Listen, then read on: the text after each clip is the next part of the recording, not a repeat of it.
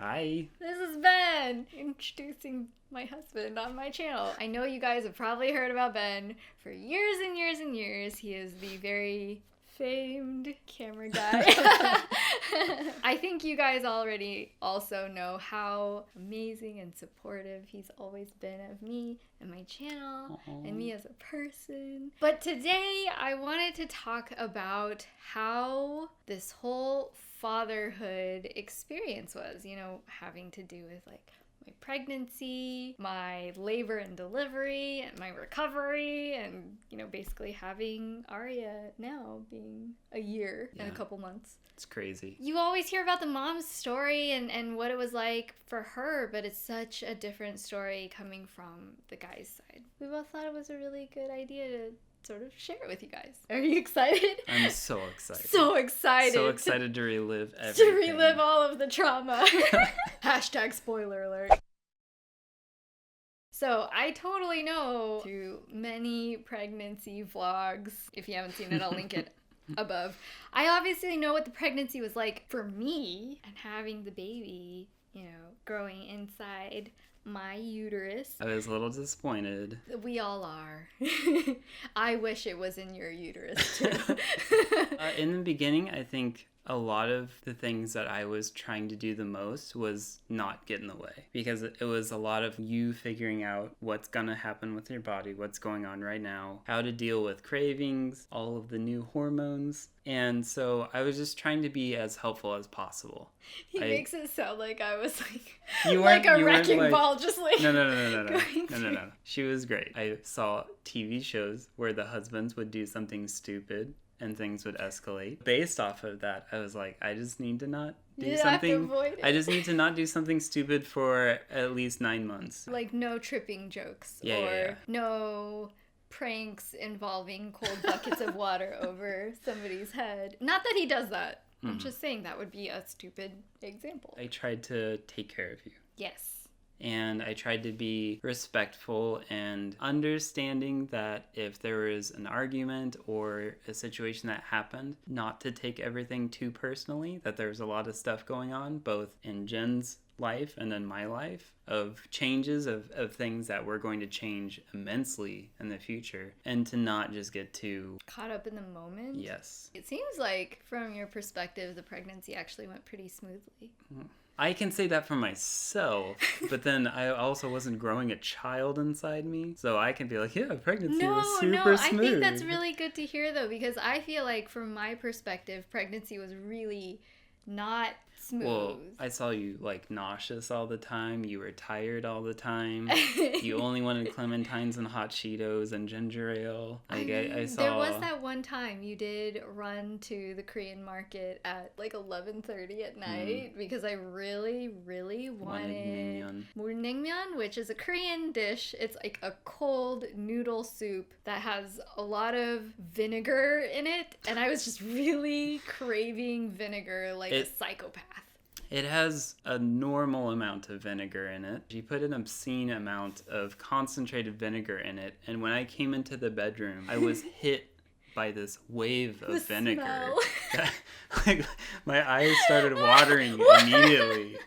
It was crazy. But I was just like, this is good. This is what she wants. I think to sum up pregnancy, it was a lot of you were going through the struggle that I had no part of. If I wanted to, I could go and sit down and watch TV all day. I could go outside. I could go swimming. I could go skydiving, whatever.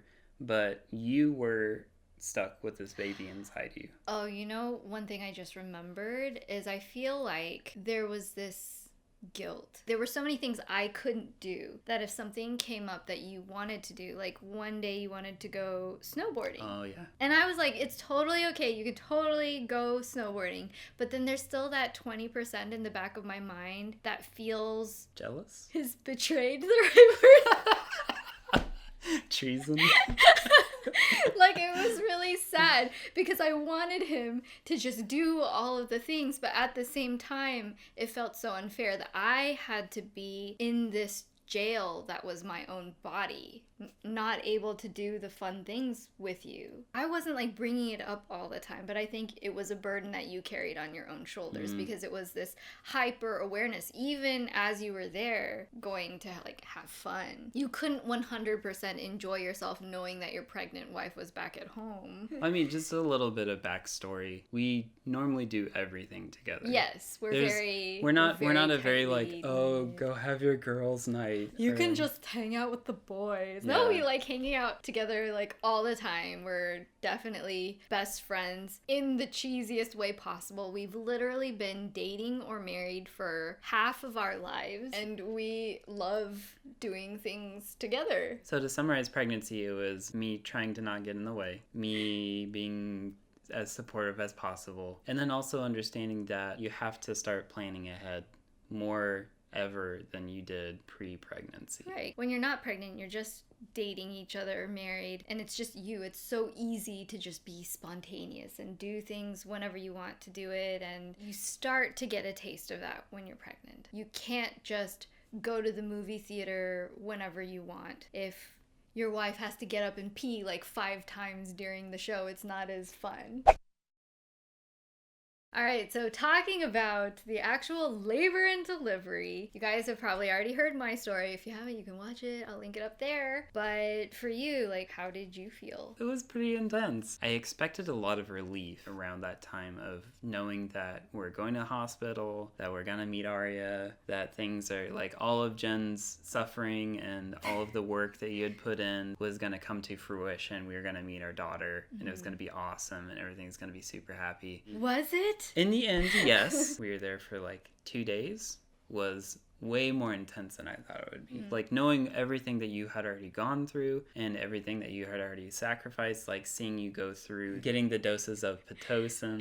Because they would like increase it every couple of hours. Yeah, and I could see like the contractions. I had a lot of anxiety, and I think it stemmed from not knowing what was going to happen to Jen and not knowing what was going to happen to Aria. I wasn't necessarily thinking the worst. I was just unsure of what was going to happen. I had never been a dad before, so I didn't know how it was going to happen. Again, a lot of times I think we only have access to what we've seen in the movies or like on TV, and so I have this expectation of a screaming mom in delivery, like yelling at her husband how much she hates him and how he did this to her. Yeah, that's what I thought too, though. And it wasn't like just delivery was incredibly quiet. Like the only person was talking was the midwife and some of the nurses that were helping. Should the dad be at the business end or not? I honestly think it's up to what the dad can handle. Not gonna lie, I didn't look more than a couple seconds. Oh, really? I didn't know that. Like I don't necessarily get queasy in those kind of situations. It was just one of those things where I didn't want to jeopardize me being in a position of support to need to be supported. Explore the unknown. But that's not to say that I was not down there helping you like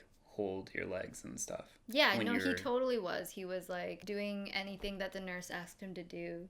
I don't think there was any hesitation on your part, which I think was really important for me because when I'm struggling so much, just to know that somebody is like mentally really present in that moment is so important. It was an event regarding 2 of the people I care most about in the world. So at the end of the day, do what you can in the delivery room. Don't push yourself because you need to be supportive for the people that need you. But I don't think it's a super weird or taboo thing. So when Aria came out, it was really intense because we had the NICU team standing there. There were probably an extra, 7 people in the room? Standing by with the vacuum. Just in case something was going on with like a problem with Aria breathing. Aria pooped in my uterus before she came out, but that makes it really dangerous when they take their first breath if there's like poop that gets in their lungs. We had a great midwife who like checked her immediately, said she was clean, handed her over to the NICU team. They double checked, said she was clean. She's totally fine. They called me over to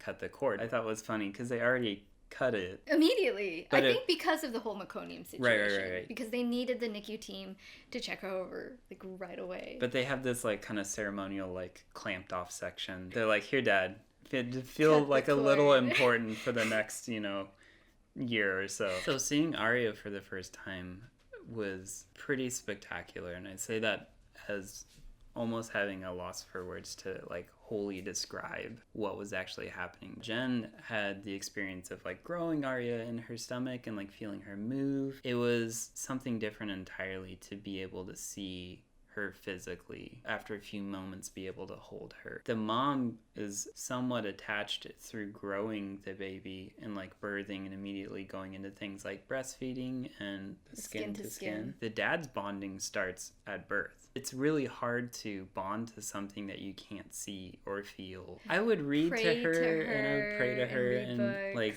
talk to her and stuff. And it's not like I wasn't trying. When she was in my stomach still. But it's kind of like if somebody said there was a baby growing in your foot. Seeing her for the first time, I was like, this is who I was talking to. Like, this is who I was singing to. Don't cry. I'm sorry. It was really, really emotional. And I had the hardest time holding it together because I was like I need to be strong for Jen. Jen's mom is here. I need to talk to a lot of doctors today. I can't be like a blubbering mess. Ari was really quiet. Like she didn't really cry. She was so crazy in my stomach and kicking and rolling and fighting. And then when she came out and she was just like, they took her measurements and they did the APGAR test and they wrapped her and I got to hold her. And holding her, it was amazing. Again, lack of words. There's so many different emotions. The worries and all of the stress and all of the what ifs that over the past 24, 48 hours just like go out the window. It was beyond words, beyond anything I could have comprehended before. And I think that that was something that I really had no idea about. The second Arya came into our lives, it was just completely different. And our lives were like not even seconds. It was just, you could feel the universe is just shifting. We became an official family like that day. It was something that I had been excited about for a long time. I think we both had felt the gravity that this is the start of a new beginning. In the very back of my mind, there is a little bit of that, is this going to be a loud baby? Is this going to be a quiet baby? You have no idea what their personality is going to be. It's literally meeting somebody new for the first time.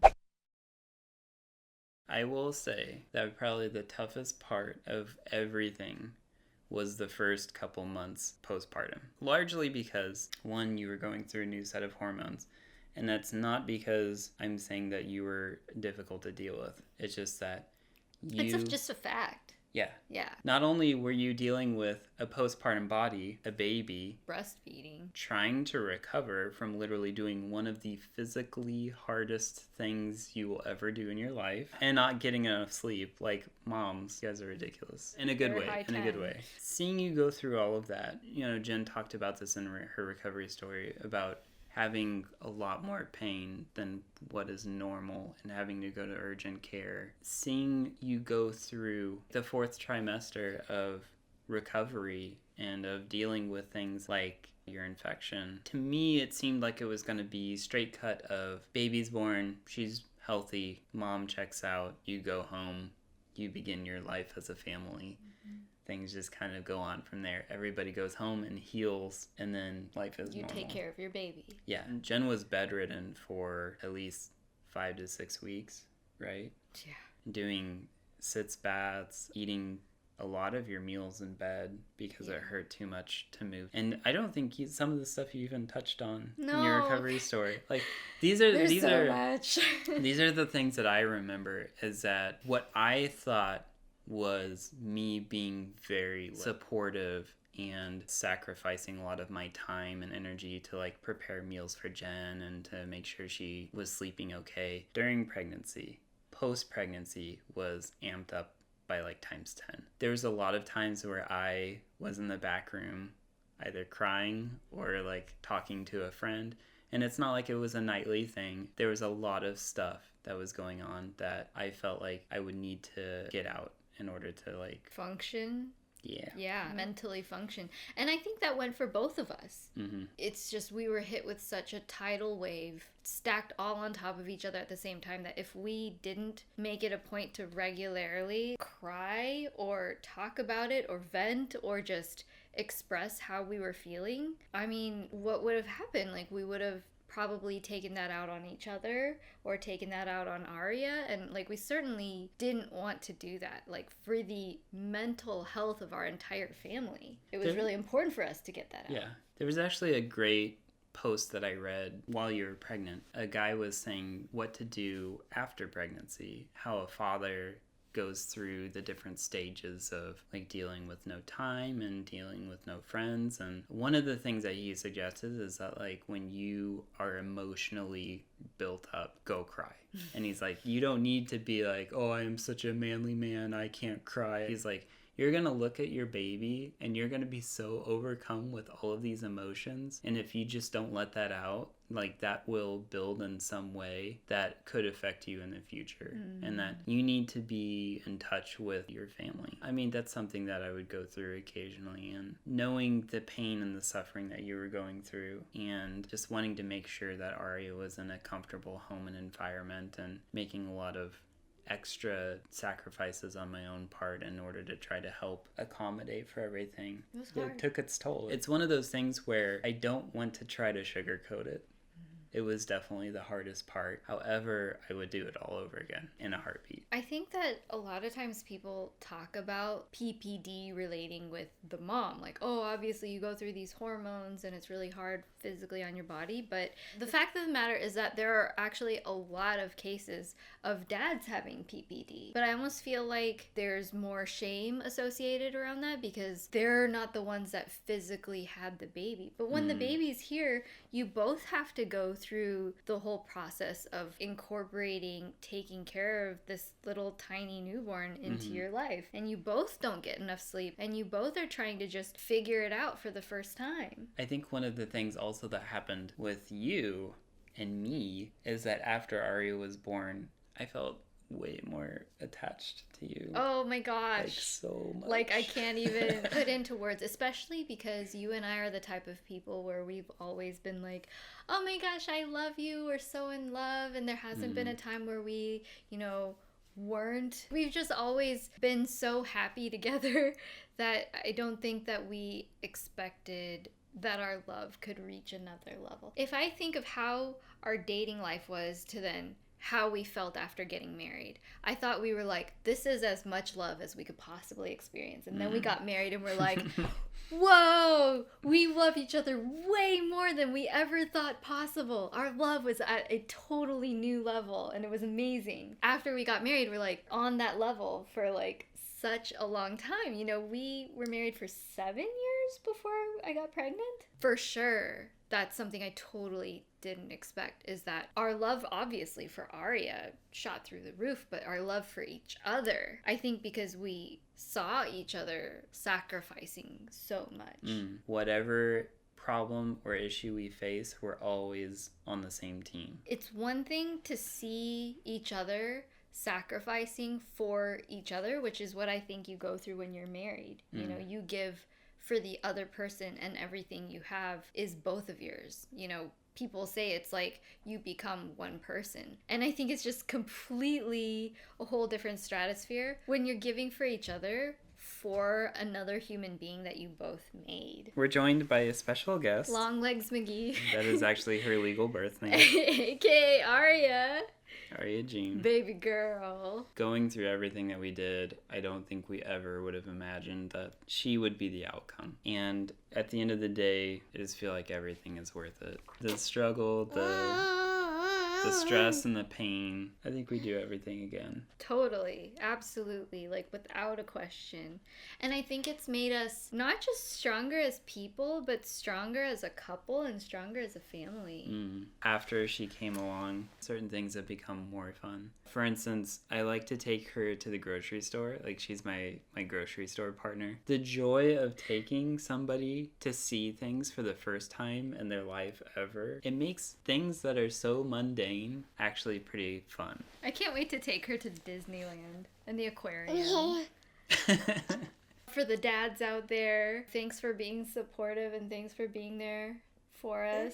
It's not easy for the mom and it's not easy for the dad either. I think it's one of our favorite journeys we've ever been on, and it just is even more substantial and meaningful, and we have so much more compassion regarding it because it was so hard. Mm-hmm.